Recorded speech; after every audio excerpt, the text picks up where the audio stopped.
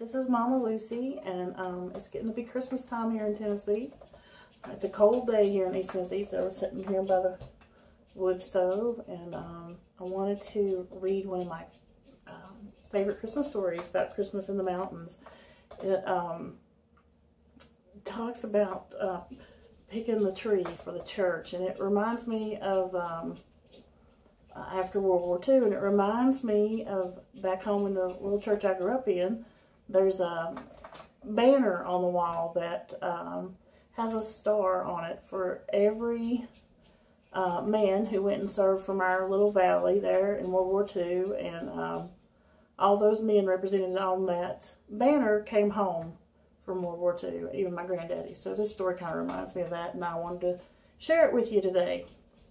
So it's called The Year of the Perfect Christmas Tree by Gloria Houston.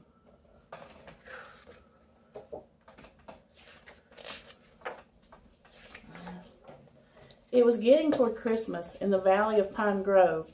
The wise folks said the old woman in the sky was picking her geese, for the Appalachian mountains lay blanketed with snow. The road wound like white ribbons around the misty blue ridges, tracked by the numbers of wagons, sleds, and sleighs. Occasionally an automobile chugged its way through the silence. Across the ocean the great war raged, but in the valley all was at peace. It was getting on toward Christmas Ruthie would never forget. The Christmas when the village almost did not have a Christmas tree. It happened this way. Ruthie told me so.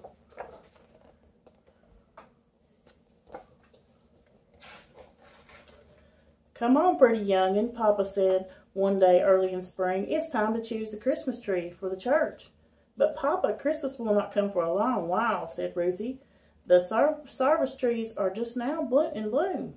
We must choose a special tree and mark it for the coming year. It's the custom in our village," said Papa, "for one family to give to all the folk in the village and up every hill and holler a Christmas tree for Pine Grove Church. This year is our turn.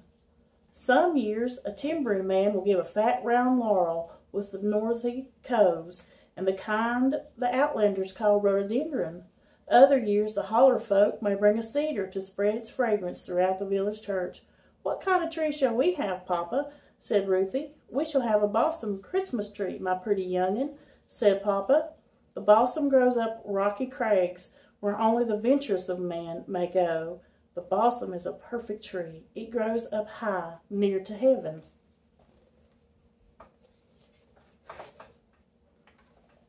So Papa and Ruthie rode old Potty back across the high cliffs and along the crags looking for the perfect balsam Christmas tree. They rode and rode from early morning until the sun was high in the sky.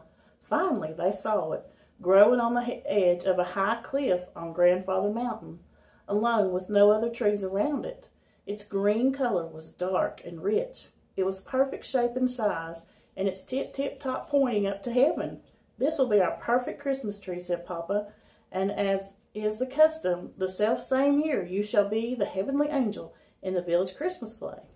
It is fitting you should mark the Christmas tree." Papa took the red ribbon from Ruthie's coal black curls. He lifted her high in his strong arms. "Tie this to the tip-top," he said. Then he kissed the dimple in each of Ruthie's cheeks.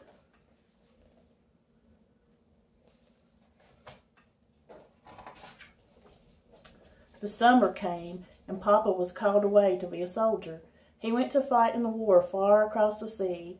That year the timber was not cut, so Mama had no money to buy coffee, sugar, or cloth for new dresses. Mama and Ruthie drank peppermint tea sweetened with honey, and Mama lowered the hems of Ruthie's dresses and embroidered pretty flowers over the tears and mends. Together they tended the little garden, growing vegetables to eat. And every night Mama tucked Ruthie into her little bed and listened as she said the same prayer. "Please send my Papa home for Christmas," Ruthie whispered, "and please have old St. Nicholas bring me a doll with a beautiful dress, the color of cream, all trimmed with ribbons and lace."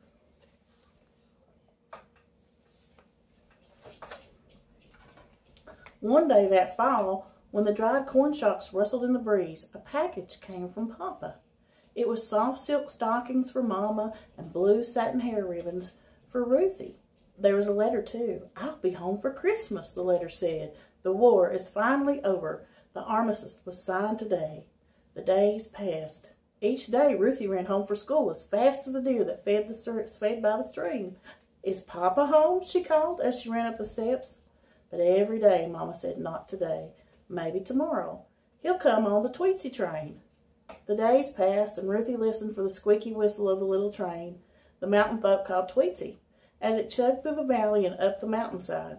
One day Mama and Ruthie harnessed old Patty to the sled and went to the station in Pinola. But when the other men from the village stepped down from the train, Papa was not with them.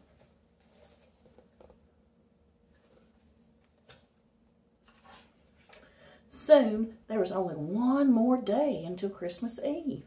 Over at the school, Miss Jenny and her pupils were practicing the Christmas play. The children sang the Appalachian lullaby, "Jesus, Jesus, rest your head, you've got a manger bed." Miss Jenny chose the boy and the girl who would be Mary and Joseph. Then she called Ruthie's name. "This year you shall be the heavenly angel," Miss Jenny said. "This is the year your papa will give the church its Christmas tree." Miss Jenny helped Ruthie climb up to stand on the teacher's chair so it would look as if she were up in the sky. Miss Jenny showed her how to hold her arms just so. "If you wear a dress with great big sleeves," said Miss Jenny, "it'll look like you have wings." "Mama, Mama," said Ruthie as she ran up the front steps that day, "I must have a new dress with great big sleeves. I'm going to be the heavenly angel when Papa gives the Christmas tree." "Oh, my pretty young'un," said Mama, "I have no cloth to make a dress with great big sleeves, and I have no money until your Papa comes home." Mama kissed the dimple on each of Ruthie's cheeks and hugged her daughter tightly.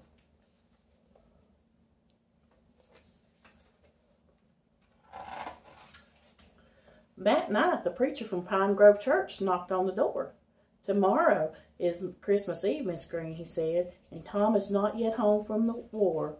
Chad McKinney has been saving a prime cedar on his bottom land for Christmas next. He'd as lieve cut the tree this year." "This is the year our family gets the tree," said Mama. "Tom chose it before he went away to war." "I had hoped you'd heed my wish," said the preacher. "The church must have a Christmas tree when morrow comes." "Tom is good as his word. Our family will give the tree this year," said Mama. Late that night, Mama wakened Ruthie. They dressed in their warm coats and hats and mittens, and Mama hitched old Patty to the big sled Papa used to haul fire logs down from the ridges. The moon shone silver as Mama and Ruthie made their way up the hill. Ruthie carried the lantern. As they came to the dark woods, the winter moon made strange shadows on the snow. "Mama, I'm afraid," said Ruthie. "No need to be afraid," said Mama. "We're off to get the perfect balsam Christmas tree." Mama began to sing, "I wonder as I wonder," out under the sky, and Ruthie joined in the song. Soon she forgot to be afraid.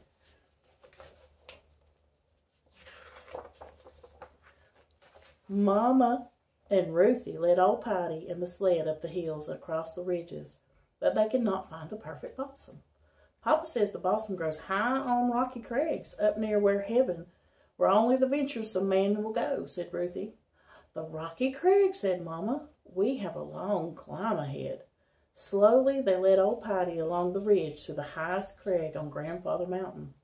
They could see the village sleeping in the valley far below, and finally, at the edge of the highest cliff, they saw the balsam standing alone. "There it is, Mama," Ruthie cried. "See, there's my ribbon bow tied to the tip top." Ruthie ran up to the rocky crag as Mama and old Patty followed.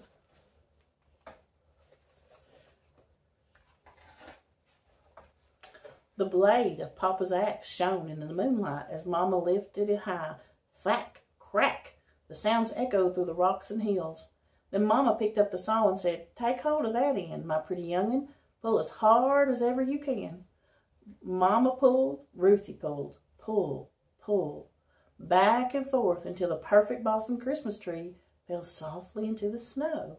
Ruthie and Mama lifted the tree onto the sled and tied it there. They made their way down to the ridge.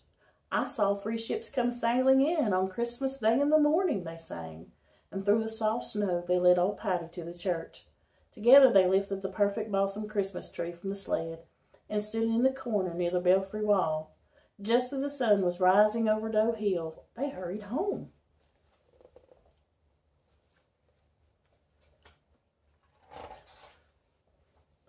Tucking Ruthie into her little bed, Mama whispered, "The folks shall have their Christmas tree, and you shall be the heavenly angel this year."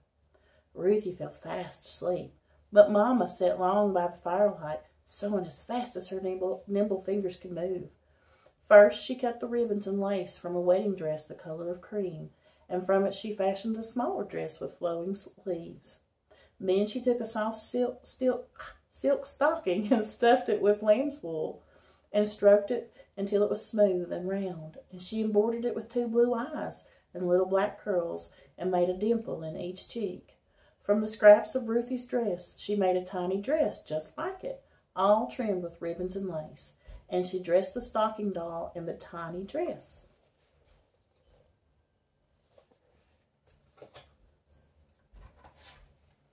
The sun was high on the winter sky when a knock came at the door. "Good Christmas Eve, Preacher Alice," Mama said. "Do come in and spell yourself." "Did you hear the news about the Christmas tree?" the preacher said. "A wondrous balsam from high crags was found on the belfry porch this morning." Do tell, what a wonder," said Mama. "And that's not all. It's been told for about that folks who live up the holler heard the angels singing high up on the ridge late last night. And they were singing Christmas songs," said Preacher Alice. Ruthie hid her face in Mama's patchwork quilt so the preacher would not hear her laugh. Daylight was fading when Mama helped Ruthie into the prettiest silk dress Ruthie had ever seen. It was made of the softest silk, the color of cream, all trimmed with ribbons and lace.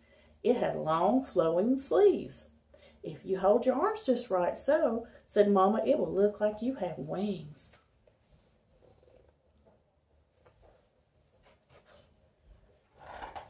When the program was over, Ruthie went to sit. Oh, excuse me. I think I skipped a page.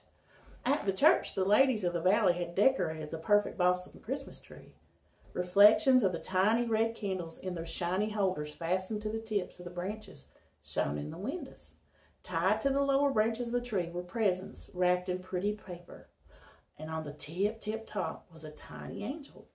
The sexton rang the bell. From up and down the river road and from all the hills and hollers, the folk were coming to celebrate the Christmas tree. A choir of children sat by the organ.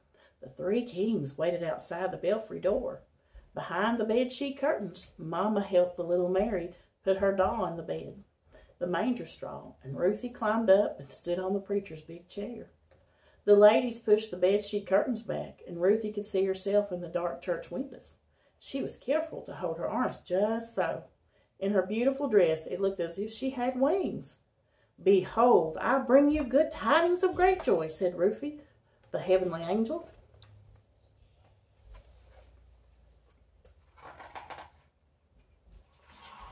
When the program was over, Ruthie went to sit with Mama on the front pew. Mama held her close. Then the 3 kings came walking down the aisle, carrying lard pails filled with Christmas tree pokes. Each bag contained a soft peppermint stick, some chocolate drops, an orange, and some hazelnuts. Behind the king walked old St. Nicholas, and he carried his toe sack goodie bag with him. Old St. Nick visited the Amen corner first. He gave each of the deacons a lump of coal or a willow switch, and the folk in the church laughed. Then all the children who had misbehaved to old St. Nick gave a willow switch or a lump of coal as well. Ruthie had been good all year, so she got a treat poke instead. At last it was time to call the names on the presents tied to the tree. Every child in the church received a present. Everyone, that is, except Ruthie. A tear slipped down the dimple in her cheek.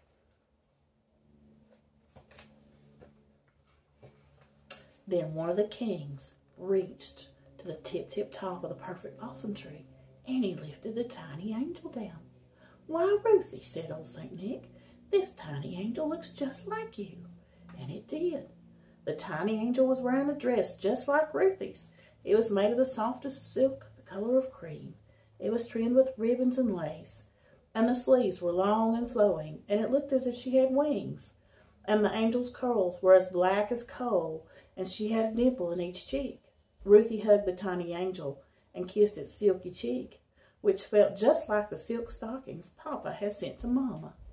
The preacher said the benediction, and St. Nicholas wished to one and all a happy Christmas. Slowly the people began leaving the church, and Mama and Ruthie walked out the belfry door. St. Nicholas was standing there. A man in an army uniform stood beside him. "And here's another present for you, Ruthie," said St. Nicholas. But Ruthie was so busy looking at the tiny angel that she did not notice, until strong arms picked her up. "Let me look at you, my pretty young'un," said Papa's voice, and he hugged Ruthie and Mama and the tiny angel all at the same time.